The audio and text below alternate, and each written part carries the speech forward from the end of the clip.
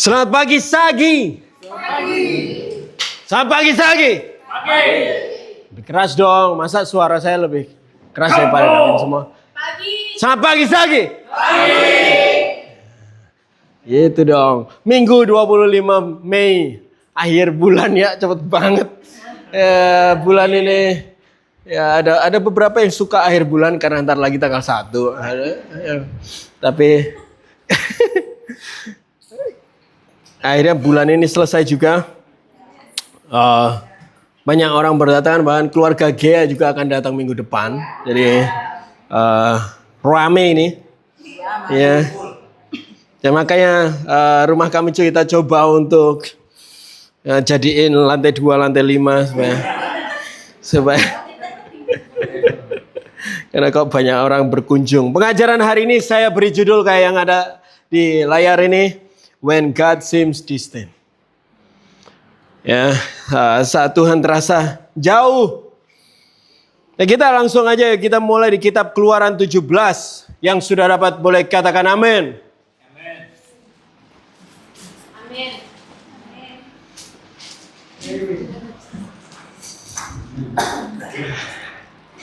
Oke. Ayat 1 sampai 3. Tapi juga dilanjut di ayat 7. Saudara, banyak yang kami selalu datang di pengajaran.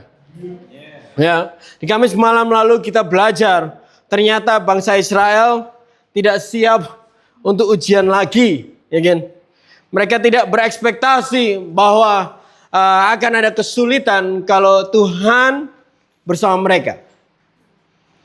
Sehingga saat ada kesulitan mereka mempertanyakan keberadaan Tuhan di hidup mereka. Mari kita baca di ayat ini. Kemudian berangkatlah segenap jemaah Israel dari padang gurun Sin berjalan ke tempat persinggahan di tempat persinggahan sesuai dengan titah Tuhan. Lalu berkemahlah mereka di Rafidim. Tetapi di sana tidak ada air untuk diminum bangsa itu. Jadi mulailah mereka itu bertengkar dengan Musa. Karena kata mereka, berikanlah air kepada kami supaya kami dapat minum. Tetapi Musa berkata kepada mereka, mengapa kamu bertengkar dengan aku? Mengapakah kamu mencobai Tuhan? Hauskah bangsa itu akan air di sana? Bersungut-sungut bangsa itu kepada Musa dan berkata, mengapa pula engkau memimpin kami keluar dari Mesir untuk membunuh kami, anak-anak kami dan ternak kami dengan kehausan? Di ayat 7 mereka katakan ini.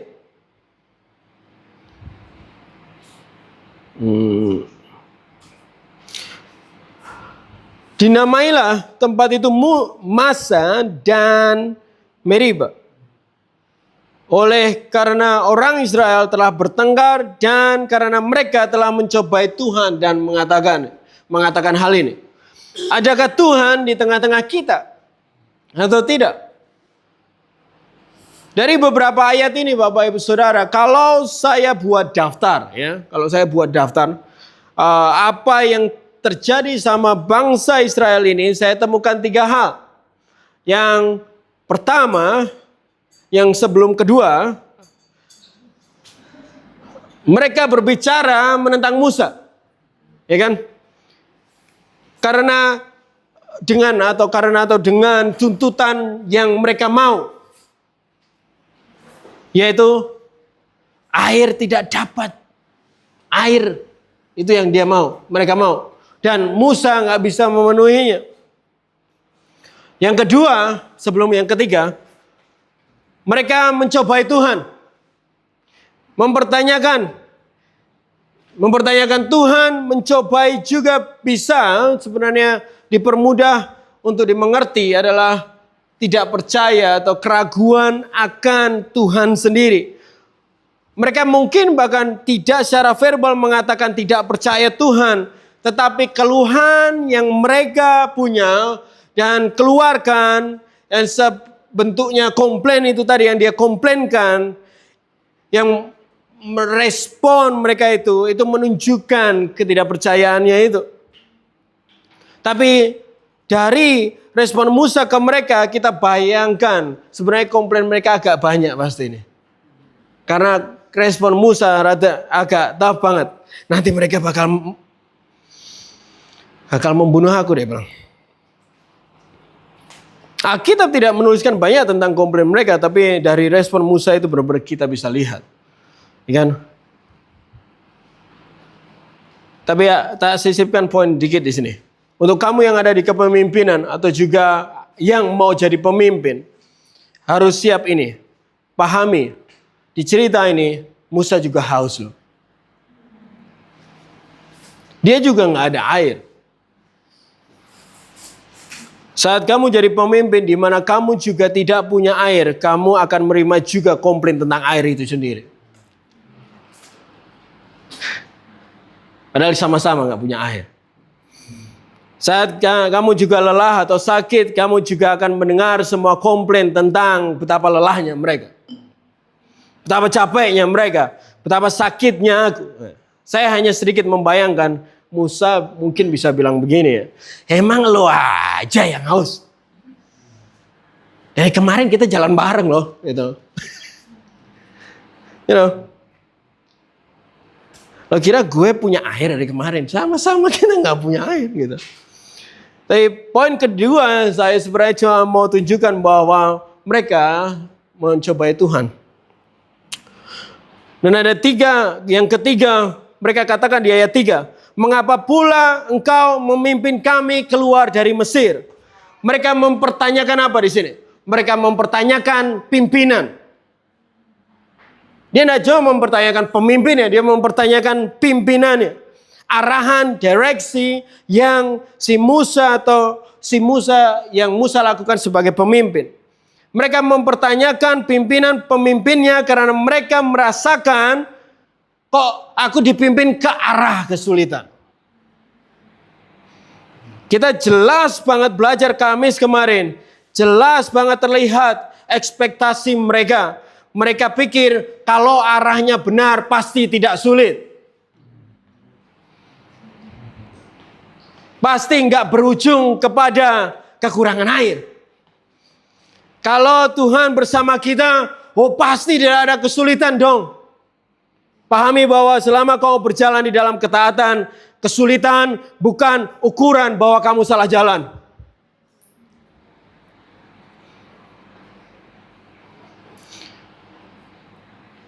Kesulitan bukan ukuran bahwa pemimpinmu salah. Bahkan bukan bukti Tuhan tidak bersama kita. Tapi untuk mereka di cerita ini, bangsa Israel, kesulitan air itu membuat mereka mempertanyakan, apakah Tuhan bersama kita? Mempertanyakan apakah ini jalan yang benar? Ini 3 hal yang cukup mengejutkan kalau itu keluar dari mereka, Israel sebenarnya, yang notabene adalah umat Tuhan. Right? Tapi kita bisa jujur hari ini, kadang hal ini masih juga keluar dari kita yang kita sebut kita adalah orang Kristen. Bertengkar karena kita nuntut apa yang kita mau. Mencobai Tuhan karena kita yang kurang percaya. Tuhan, kalau kau mau aku gitu, kasih tanda dong. Gitu. Kita yang kurang percaya, Tuhan yang disuruh kerja lebih lagi. Gitu. Kita mencobai Tuhan.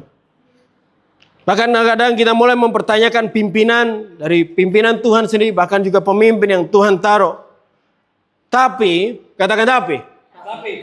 Ini semua sebenarnya bukan hal yang baru. Ini adalah apa yang sudah ada di dalam mereka. Siapa mereka sebenarnya. Artinya, kalau semua ini juga kadang keluar dari mulutmu, itulah sebenarnya siapa kamu juga. Kalau semua keluhan dan komplain itu kadang keluar dari kamu, berarti itu sebenarnya di dalam kamu, dan itulah siapa kamu, cuma momennya aja belum keluar. Itulah wajahmu sesungguhnya dibalik dari topeng kekristenan yang kamu kenakan kadang. Semua ini keluar dan terlihat cuma karena satu hal aja. Cuma karena satu. Ada mengeluh, menuntut, mencobai Tuhan, mempertanyakan pemimpin. Semua keluar hanya karena satu kondisi. Yang bahkan Tuhan aku rasa sengaja. Kondisinya apa? Tidak ada air.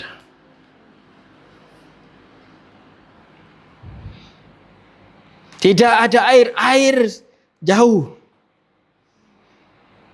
Belum dekat. Kita baca di Ulangan 8 ayat 2.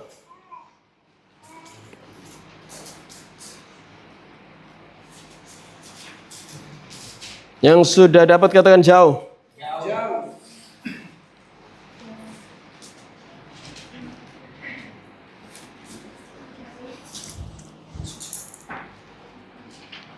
Salah satu boleh bacakan, ya 2.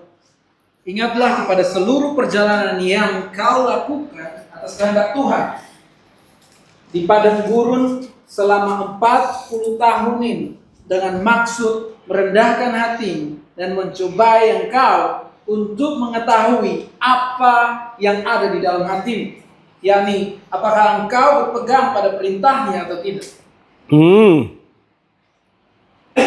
Saat saya coba menghubungkan 2 ayat ini di Keluaran 17 tadi dan Ulangan 8 ini, saya ketawa sebenarnya dalam hati dikit. Pernah ketawa dalam hati? Gitu. Kenapa? Karena menariknya adalah gini. Tuhan itu kan tahu semua hal, right? Kan? Dia bisa lihat apapun, right? Kita percaya itu? Ya kan? Dia bahkan juga bisa lihat isi hatimu sebenarnya. Sekarang pun dia tahu tuh isi hatimu di dalam hatimu sekarang. Apakah kamu lapar atau lagi mikirin jemuran, takut hujan, atau semuanya gitu. Dia tahu, ya kan?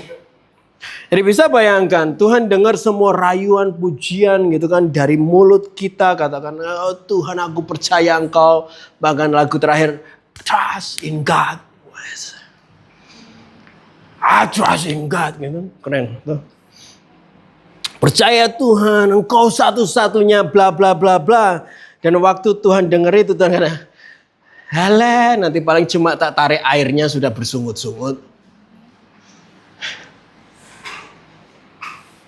Halah, nanti pasti nggak tak kasih air, yang keluar udah beda.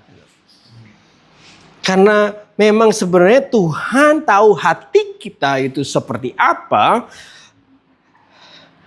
Tapi salah satu dampak ujian terbesar yang terjadi dari kondisi tidak ada air ini adalah supaya bangsa Israel tahu benar-benar siapa mereka. Dampak terbesar yang Tuhan mau kamu alami dari kondisi kering dan tidak ada air adalah supaya kamu sadar apa yang masih tersimpan di dalam hatimu itu. Semua yang busuk, semua yang kotor, yang tidak benar, yang tidak kudus, yang tersimpan, yang tidak sadar maupun dengan sengaja disimpan, yang juga menghambat bahkan semua pertumbuhan hidupmu untuk jadi sama seperti Tuhan. Supaya itu keluar dan terlihat bagi dirimu sendiri. Makanya ayat ini katakan semua perjalanan itu cuma untuk menguji engkau. Untuk menguji kamu apakah kamu jadi Kristen yang taat atau kamu jadi Kristen untuk berkat. Dua hal berbeda. Saya aja kita ke Mazmur 10 ayat 1. Lari cepat-cepat. Bem, bem, bem.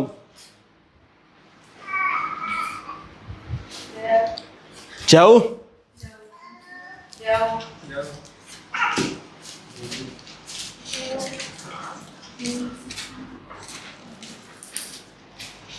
Mengapa engkau berdiri jauh-jauh? Penulis Mazmur katakan ini. Ada di ayat 2, beberapa terjemahan yang lain ada ayat 1. Ya. Saya baca ulang. Mengapa engkau berdiri jauh-jauh ya Tuhan dan menyembunyikan dirimu dalam waktu-waktu kesesakan. Bapak Ibu Saudara, air di dalam Alkitab itu adalah gambaran tentang kehidupan dan kesegaran. Siapa percaya kalau Tuhan kita punya air hidup? Yohanes 4, ya kan? Dimana kalau kita bareng Dia ada kesegaran. Ya atau ya?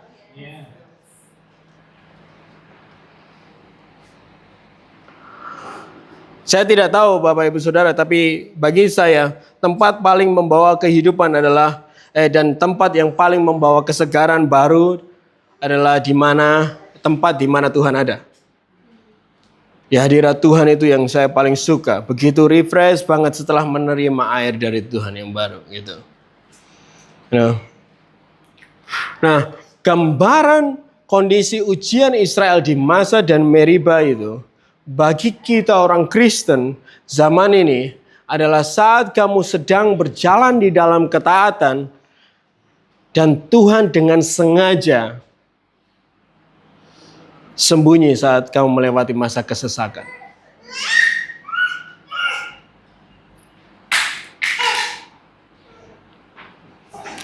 Tuhan akan dengan sengaja tidak kasih kamu air.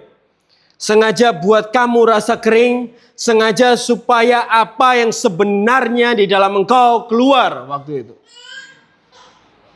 Karena Tuhan mau ketaatan lebih daripada korban bakaran. Tuhan mau hubungan yang berdasar pada ketaatan dan percaya, bukan perasaan. Cinta yang mungkin hanya kita pengen rasa-rasa aja, tapi Tuhan mau kamu percaya, bahkan mungkin waktu kamu tidak merasakan.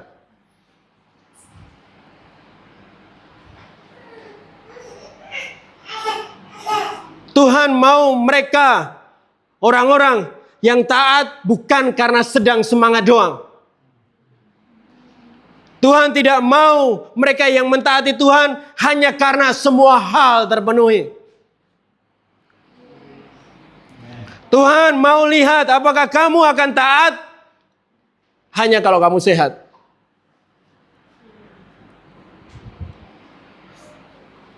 Dia mau kamu taat entah apapun yang kamu rasain. Dia mau kamu tetap taat walaupun kamu ngerasain Tuhan atau enggak.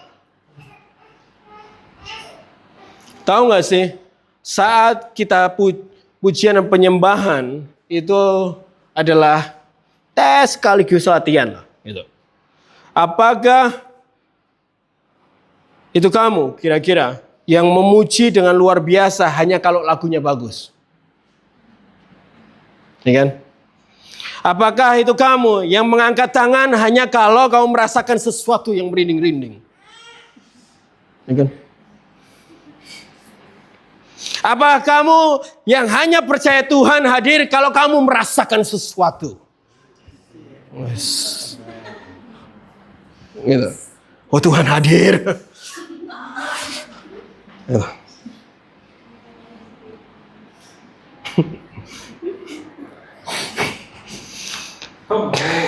Kamu sedang jadi sama seperti orang Israel sebenarnya. Yang merasa Tuhan bersama mereka kalau mereka punya air. Kalau mereka tidak punya air, mereka mulai berkata, adakah Tuhan bersama kita hari ini?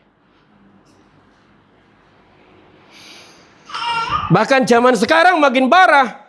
Mereka mencoba naruh semua hal yang bisa dengan sengaja untuk membawa ketertarikan, membawa semua pengaruh secara merinding tadi atau megah gitu di atas panggung gereja. Supaya menumbuhkan semangat, supaya menumbuhkan ketertarikan dalam pujian menyembah Tuhan, supaya semangat memuji dan menyembah. Bapak Ibu Saudara, jangan jadi penyembah yang menyembah karena merasakan sesuatu. Jadilah penyembah yang benar, yang menyembah dalam roh dan kebenaran, apapun yang kamu rasain. Amin. Ya, memang Tuhan adalah sumber air kehidupan, sumber penyegaran, amin. Sumber kekuatan ya. Tetapi sadari, semua ini bukan berdasarkan perasaan. Kekuatan nggak berdasarkan perasaan, kehidupan tidak berdasarkan perasaan, tapi ketaatan. Apakah itu kamu yang taat karena kamu rasa itu benar, atau kamu adalah orang yang taat karena kamu mendengar? Dari pengalaman saya, bukan perasaan yang membuat saya mendengar dan taat, tetapi mendengar dan taat yang membuat perasaan saya tenang. Mau saya ulangi? Bukan perasaan yang membuat saya mendengar dan taat, tetapi mendengar dan taat yang membuat perasaan saya jadi lebih tenang. Bisa mengerti?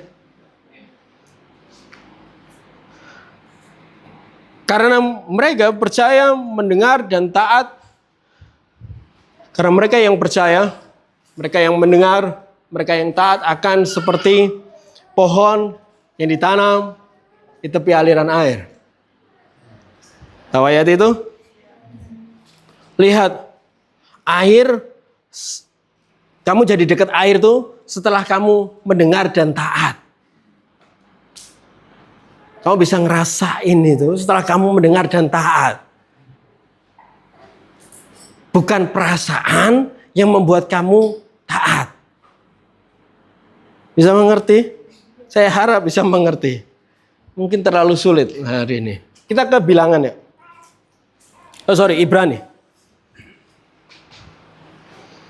Ibrani 13 ayat 5. Jauh. Salah satu boleh bacain ayat 5. Janganlah kamu menjadi hamba uang dan cukupkanlah dirimu dengan apa yang ada padamu. Karena Tuhan telah berfirman, aku sekali-kali tidak akan membiarkan engkau dan aku sekali-kali tidak akan meninggalkan engkau. Hamba uang, ada hamba uang di rumah ini? Jangan amin di situ. Bagian terakhir dari ayat ini harusnya sudah cukup bagi kita. Amin. Bagian akhirnya loh. Sekali-kali aku tidak akan membiarkan engkau. Sekali-kali aku tidak akan meninggalkan engkau, Tuhan ngomong. Siapa yang percaya kalau Tuhan ngomong sesuatu dia pasti melakukannya? Katakan haleluya. Dia ngomong di sini, kalau dia nggak akan meninggalkan kamu, betul? Jelas dia nggak akan ninggalin kamu kalau dia udah ngomong gitu. Masalahnya dia nggak ngomong kalau kamu pasti akan selalu bisa ngerasain di mana dia. Itu beda banget loh. Jadi jangan mengukur keberadaan Tuhan di hidupmu berdasarkan apa yang kamu rasain, tapi berdasarkan sama apa yang kamu dengar. Lagi saya katakan, kamu tidak merasakan dia bukan berarti dia tidak ada. Masalahnya adalah sekarang yang mengendalikan perasaan kita tidak hanya perasaan akan sesuatu, tetapi juga apa yang kita punyai. Itulah kenapa ayat ini koreksinya seperti ini. Saat kamu punya baju baru yang cantik, yang tren gitu kan. Kamu akan nambah percaya diri. Ya gak sih? Ya atau ya? Ya kan? Itu karena berarti apa yang kamu punyai mempengaruhi apa yang kamu rasain. Saat kamu punya duit di rekening, wah, kamu happy. Ya kan? Waktu sudah akhir bulan 25, 26, ini 28 nanti nih. Udah. Tinggal goyang sudah. Ya kan? Artinya apa yang kamu punya masih mempengaruhi apa yang kamu rasa, dan apa yang kamu rasa masih mempengaruhi ketaatanmu. Itu bahayanya.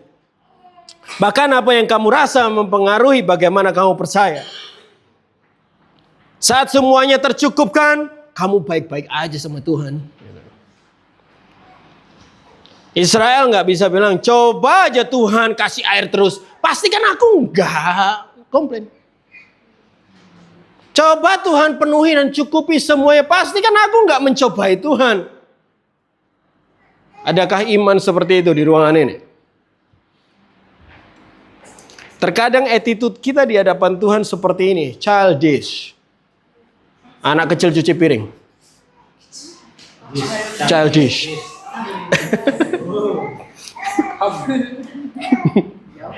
Happy kalau semuanya dicukupi. Dan tidak mengeluh kalau semua hal dituruti. Tetap senang kalau kemauannya semuanya ada.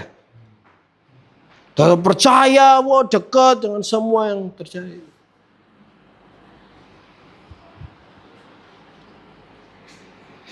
Begitu percaya banget sama Tuhan waktu semuanya terpenuhi baik. Apakah ini kamu?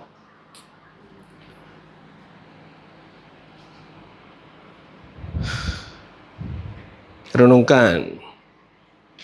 Oke, sekarang Bapak Ibu Saudara mulai sadar semua yang sedang saya coba rangkai di sini mungkin. Di mana Tuhan membuat kondisi ujian dengan tidak ada air. Untuk apa yang ada di dalam kamu supaya keluar. Keadaan situasi yang memungkinkan kebenaran siapa kamu itu benar-benar terlihat.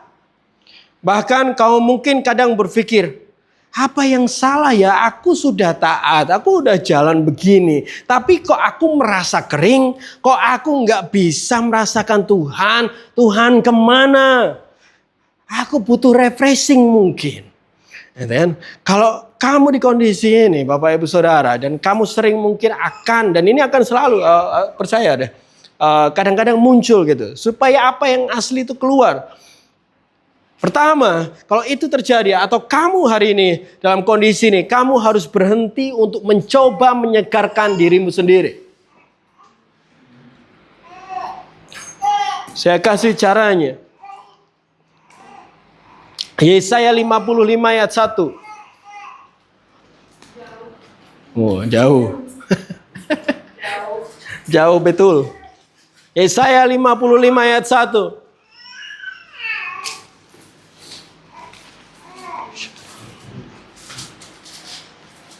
Ayo hai semua orang yang haus, marilah dan minumlah air, dan hai yang tidak mempunyai uang, marilah. Ada yang nggak punya uang? Puji Tuhan, diundang. Terimalah gandum tanpa uang pembeli, dan makanlah juga anggur dan susu tanpa bayaran. Weh. Lihat ini sebuah undangan untuk mereka yang haus untuk minum air. Tapi sadari semuanya gratis, tidak perlu uang untuk membelinya. Nggak perlu bayar. Arti yang perlu ada, arti sederhananya sebenarnya Bapak Ibu Saudara, nggak perlu usahamu untuk mendapatkan ini. Kamu tidak kurang piknik, nggak usah coba untuk piknik. Kamu tidak perlu pergi refreshing. Kamu tidak perlu melakukan semua yang kamu pikir akan membuat kamu segar lagi. Dan kapan hari, wah mungkin aku coba butuh pijat, aku pijat pulang sama aja. Ya kan? Oh, butuh ke pantai, kita ke pantai pulang tetap aja sakit kaki juga. Lihat ayat 2. Mengapakah kamu belanjain uang untuk sesuatu yang bukan roti? Dan upah jerih payahmu untuk sesuatu yang tidak menyenangkan. Maksudnya adalah kenapa kamu bersusah payah dan mencoba untuk melakukan sesuatu yang tidak akan membuat kamu puas. Tidak menjawab kekurangan airmu itu. Tidak membuat kamu penuh lagi. Tapi lihat di sini. Dengarkanlah aku. Apa? Dengarkanlah aku. Ya kan? Maka kamu akan memakan yang baik. Yang kamu akan nikmati sajian yang paling lezat.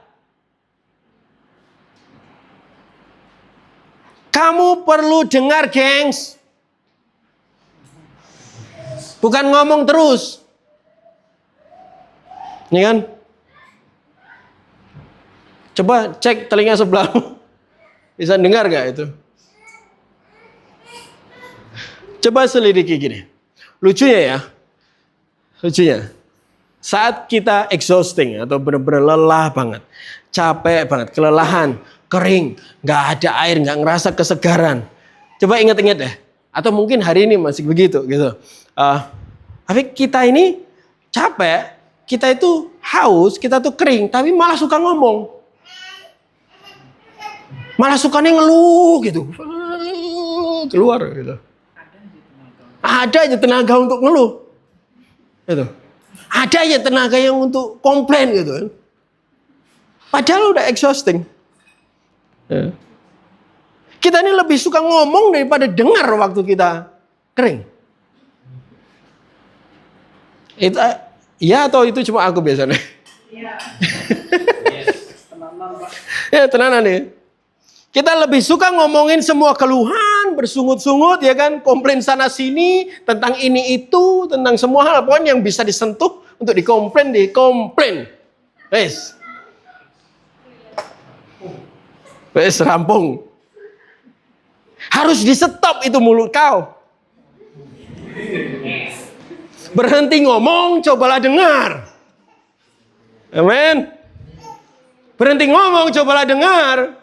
Berhentilah mengeluh, cobalah dengar. Karena jelas di sini katakan apa? Dengarkanlah aku, right? Dengarkanlah aku, dia bilang. Kamu akan nikmati semua yang membuat kamu full.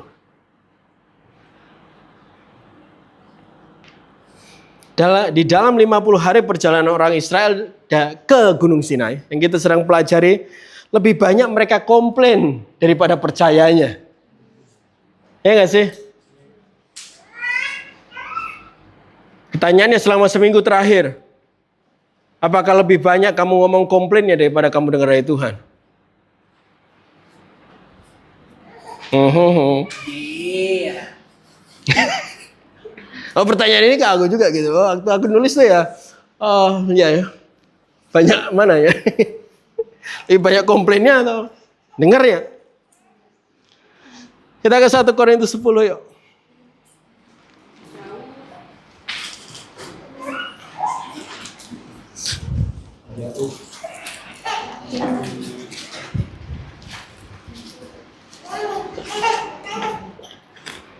Saya mulai dari ayat 1.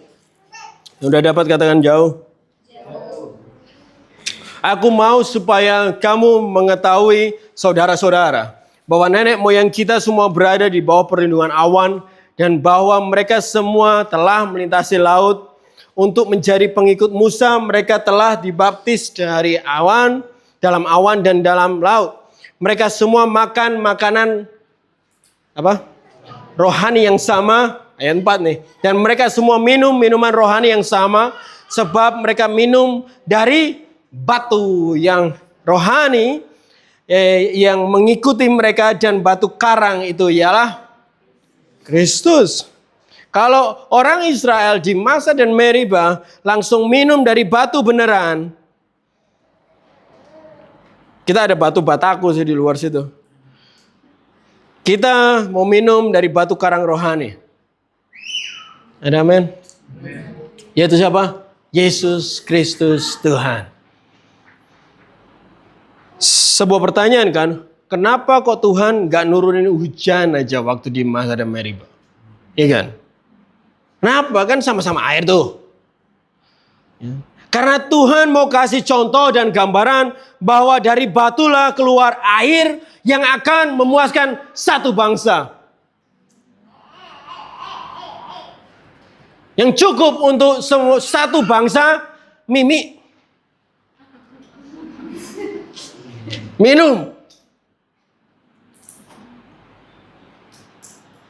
Dan hanya dari Yesuslah bangsa ini akan bisa dipuaskan. Amin. Yohanes 7 ayat 37, Yesus berdiri dan berseru kayak gini. Barang siapa haus, baiklah dia datang kepada aku dan minum. Ya kan?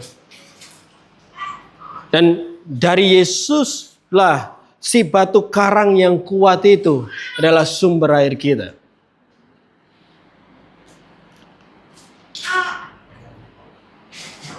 Dengarkan hal ini. Sejujurnya, setiap hari saya terus berjuang untuk berjalan dalam ketaatan.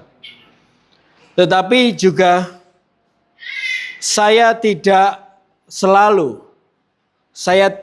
setiap hari merasakan Tuhan. Walaupun saya dalam ketaatan.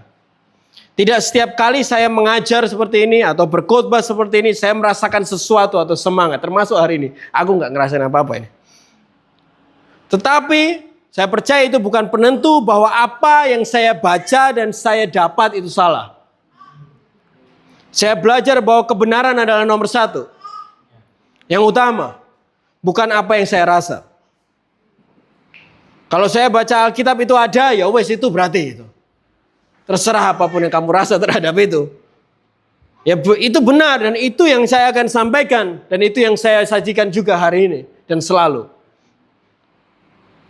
Tidak peduli apapun dan bagaimanapun perasaan saya terhadap pesan itu. Saya tetap akan sampaikan.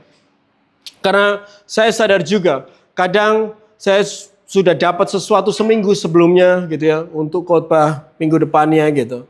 Dan yang saya mau khotbahin waktu saya dapatnya itu firman itu, saya merasakan sesuatu. Gitu. Tapi seminggu berjalan kadang perasaan itu mulai hilang. Karena ya semangatnya wah luar biasa gitu. Di awal tadi sudah sedikit pudar. Tapi karena itu kebenaran dan saya sudah uji semua di Alkitab itu benar. Sejalan sama apa yang ada di dalam Alkitab. Saya tetap khotbahkan aja walaupun saya udah gak ngerasain apa-apa. Saya nggak merasa excited kayak seminggu waktu saya mulai dapatin itu.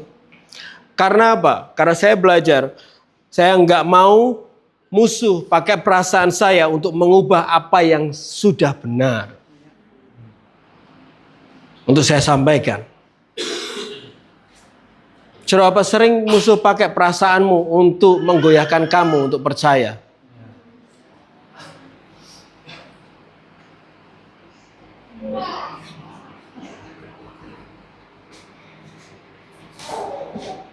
Saat kamu dapat sesuatu yang bagus dan luar biasa dari Tuhan, musuh tuh juga tahu loh. Waktu kamu mendengar sesuatu dari Tuhan, musuh juga ngerti apa yang kamu dengar. Janji Tuhan ke hidup kamu, musuh juga ngerti. Dan dia mencoba gimana pun caranya untuk kamu lupa. Atau kalau kamu nggak bisa lupa, buat kamu ragu dengan perasaan yang kamu punya itu. Karena minum dari Yesus itu tentang kebenaran bukan perasaan. Ada amin.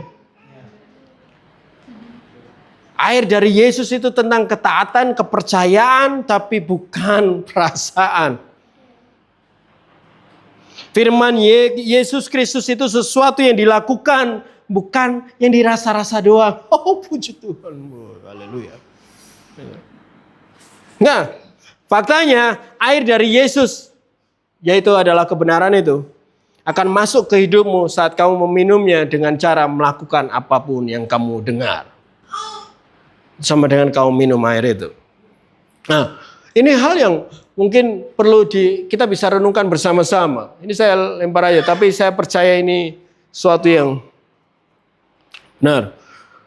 Ya memang firman Tuhan katakan kalau air hidup itu buat kita tidak haus lagi, ya kan?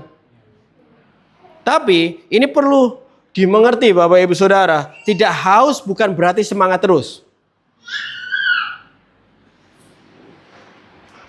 Coba saya jelaskan. Beberapa kali kalau ayat Alkitab singgung soal air, selalu ujungnya apa? Semangat? Ujungnya selalu tentang hidup. Right? Selalu tentang kehidupan ataupun kehidupan yang menghasilkan kehidupan lagi. Itu. Bukan sesuatu perasaan yang kamu rasa yang sama kalau kamu lagi liburan gitu. Ini bukan bicara tentang sesuatu air yang menyegarkan yang kayak kesegaran yang kamu rasain kalau kamu dapat hadiah gitu. Atau kamu dapat gaji yang naik gitu kan. Atau kamu ulang tahun, ini bukan perasaan waktu kamu kayak bahagia biasa gitu. Namanya juga air hidup kan gitu. Tujuannya untuk kamu stay hidup dan stay strong sampai akhir. Bangsa Israel baik di Mara ataupun Masa dan Meriba, ya mereka merasakan mereka butuh air. Mereka bahkan percaya kalau tidak ada air mereka bisa mati. Itu kan yang mereka rasa.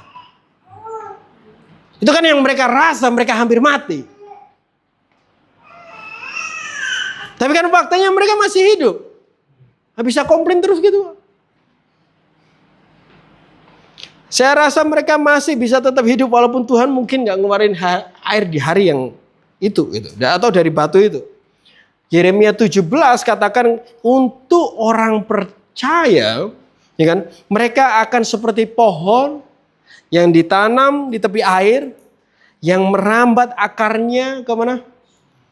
Tepi batang sungai dan tidak mengalami datangnya panas terik, dan daunnya akan tetap hijau, yang tidak khawatir dalam tahun kering. Saya suka bagian akhir yang tidak berhenti menghasilkan buah.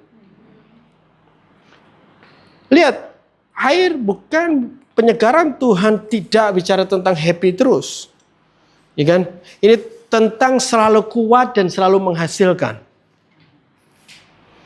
Apapun yang terjadi tidak membuat dia berhenti melakukan ketaatan dan tidak berhenti menghasilkan buah. Serba banyak yang mau jadi seperti itu. Berhenti gambarkan air dari Tuhan sama kayak kepuasan yang dunia kasih.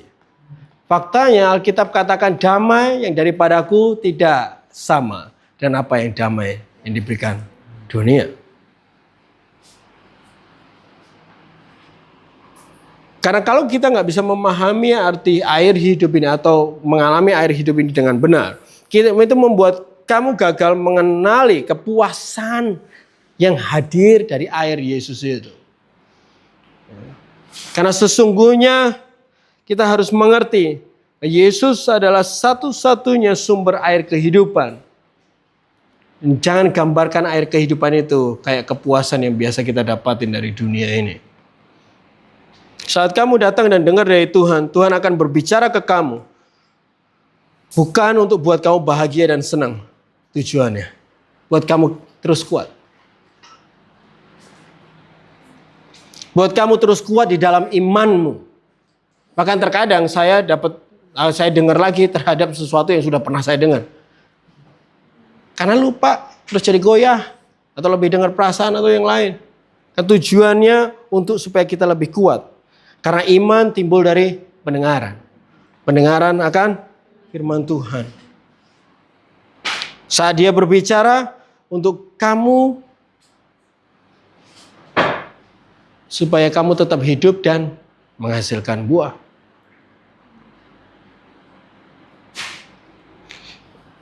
Itu perbedaannya Bapak Ibu Saudara. Kita ke Filipi 2 ayat 14 ayat 16 sampai 16.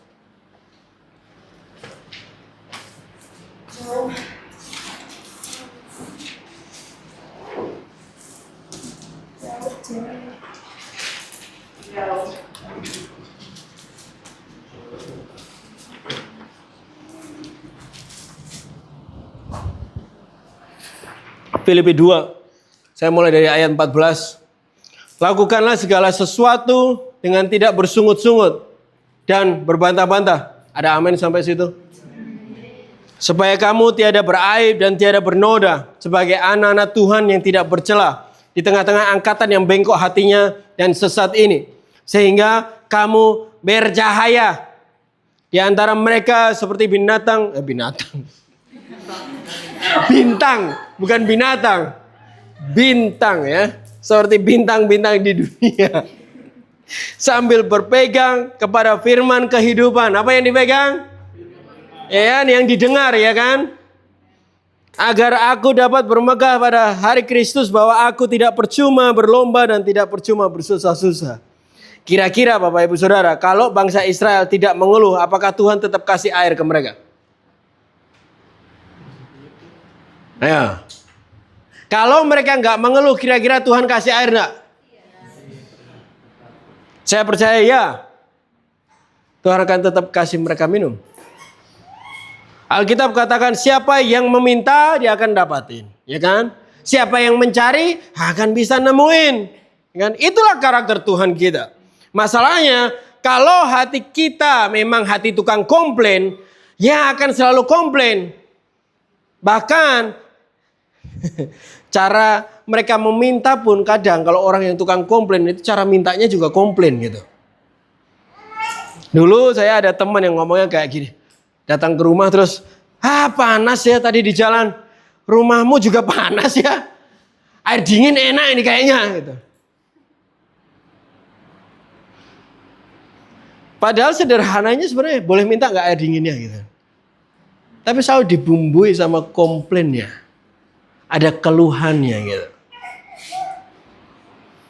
Karena sebenarnya komplain ini masalah hati bukan kondisi Bapak Ibu Saudara. Jadi ubah hatimu, bukan tuntut ubah kondisinya. Berhenti komplain dan berpeganglah pada firman kehidupan. Berpeganglah pada air yang keluar dari Kristus itu. Ini beberapa hal yang harus diingat Bapak Ibu Saudara. Di akhir dari firman Tuhan hari ini. Saat kamu berjalan dalam ketaatan, Tuhan tidak pernah meninggalkanmu. Tidak peduli kamu rasain atau enggak. Tidak peduli excitementmu masih ada atau enggak, Tuhan tetap bersama engkau. Kalau kamu perlu tahu Tuhan di sekitarmu ada atau enggak, tenang aja.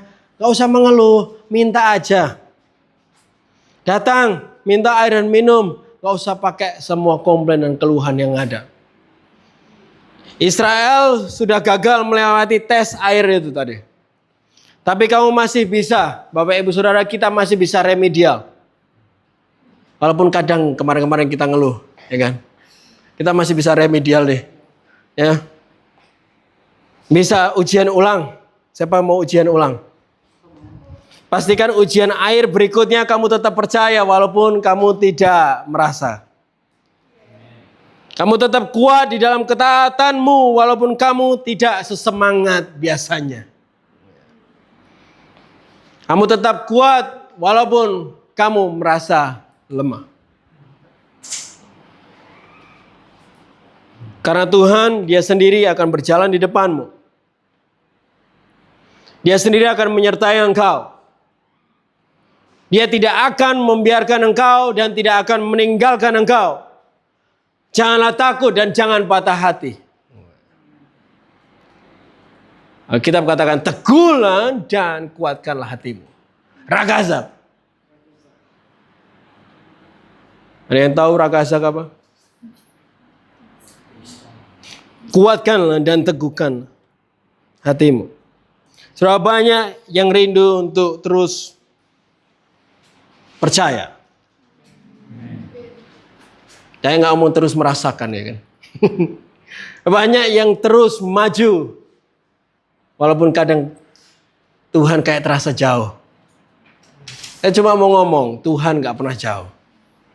Kalau kamu di dalam ketaatan itu. Walaupun kamu ngerasaannya gitu. Makanya saya beri judul hari ini.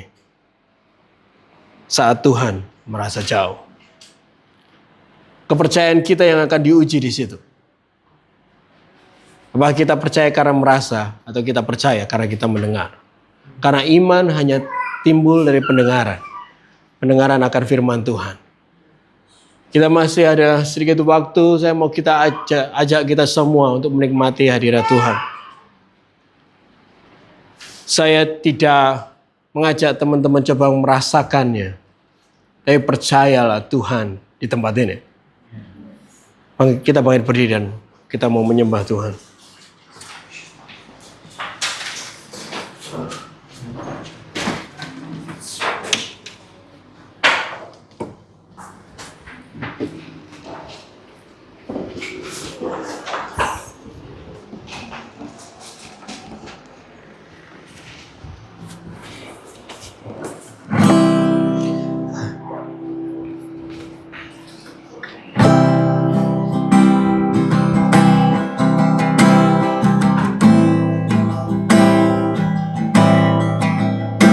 Mari sembah Tuhan dengan segenap kepercayaan.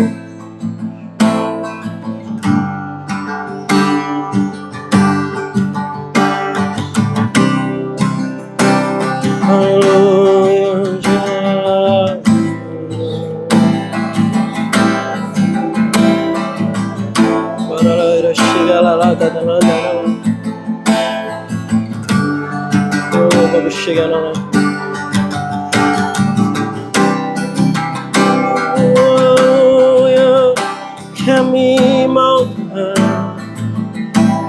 Kami mau percaya Engkau Yesus. Singgah masih kau, you never fail,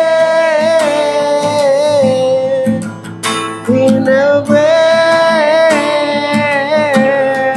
I trust in God, masih kau, you never fail, in a way. I trust in God, my Savior,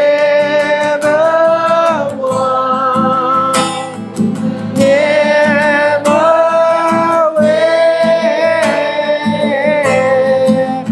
He'll never fail. I trust in God, my Savior, you never fail, you never fail.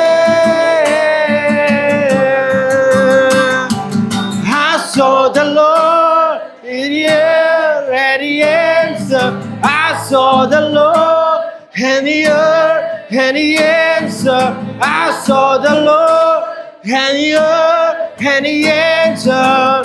That's why I trust you. That's why I trust you. I saw the Lord in the earth and He answered. I saw the Lord in the earth and He answered. I saw the Lord and He heard and He answered. That's why I trust you. I saw the Lord and the earth and the answer. I saw the Lord and the earth and the answer. I saw the Lord and the answer. That's why I trust you. That's why I trust in God, my Savior, one. He'll never fail. He'll never fail. I trust in you, Lord. Kami percaya Engkau lebih dari apapun yang kami rasakan, Tuhan. Kami mau percaya Engkau karena kami mendengar. I trust in God, my Savior, one. You'll never fail.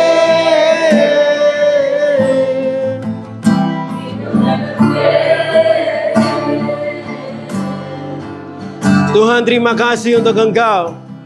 Sekali lagi kesetiaan-Mu. Saat Engkau katakan Engkau selalu ada, Engkau selalu ada. Engkau tidak akan pernah meninggalkan kami. Ya, Engkau tidak meninggalkan kami. Walaupun kadang kami mengukur keberadaan-Mu dengan apa yang kami rasakan. Tapi faktanya kami tahu hari ini bahwa Engkau tidak pernah lalai. Engkau tidak pernah berubah. Dan hari ini kami bersuka cita. Hamba mau berdoa untuk setiap orang di ruangan ini, Tuhan. Biar setiap hari mereka merasakan air-Mu, dari firman-Mu, yang menyegarkan mereka, menguatkan mereka, supaya pada akhirnya mereka menjadi pohon yang terus berbuah bagi Engkau. Karena kami tahu saat kami berdoa, Engkau menjawab. Saat kami meminta, Engkau memberikan. Dan hari ini kami minta Tuhan untuk Engkau terus berbicara atas kami.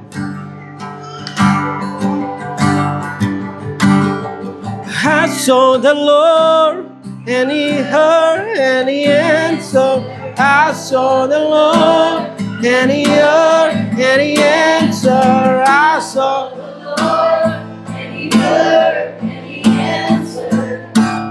why I trust Him. That's why I trust Him. I saw the Lord. And He heard and He answered. I saw the Lord. And He heard and He answered. I saw the Lord. And He heard and He answered. That's why I trust Him. That's why I trust Him. Inilah kenapa kami percaya Engkau Tuhan. Karena kesetiaan-Mu. Dan kami mau percaya sepenuhnya. Dalam nama Tuhan Yesus kami mengucap syukur. Haleluya. Amin.